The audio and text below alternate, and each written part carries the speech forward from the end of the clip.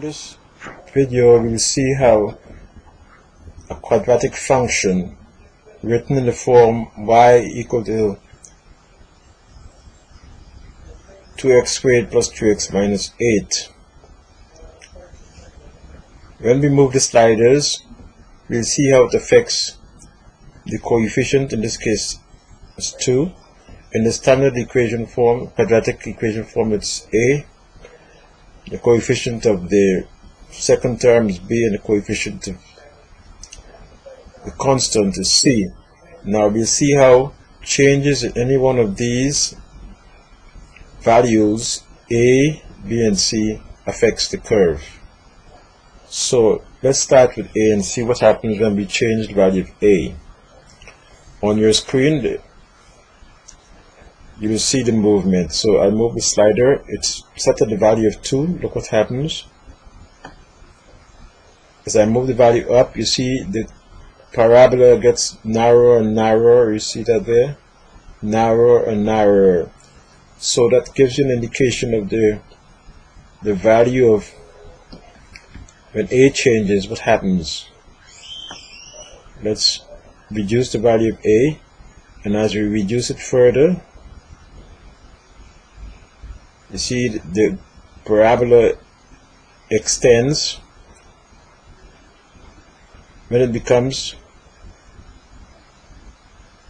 1, look what happens. When it becomes 0, it becomes a straight line.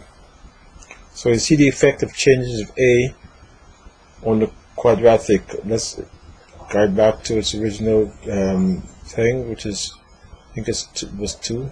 Okay. Now let's change the value of b in the equation. Here to set as 3. Let's see what happens to the curve when that value changes. And we reduce the value, what happens? You see the curve is moving towards the right.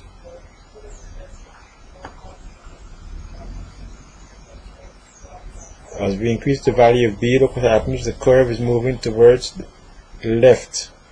When it becomes 4, curve is shifted towards the left. Now let's go back to the original. I think it was somewhere around here. Okay, let's put it at that. Now what happens when c changes? Here in this equation it's at minus 8. So let's increase it and see what happens to give it a positive value.